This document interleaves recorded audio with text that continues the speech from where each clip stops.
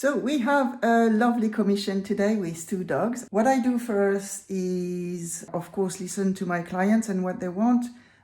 So I have received a few pictures from my clients. This is 2 dogs today. You can see the picture here. So what my clients have asked me to do is to remove the harness and to add some flowers, and also for me as an artist, because as an artist you have a bit of an eye for the composition, I also decided to put them closer together so it fills up the space and you've got a canvas that is going to be really well filled.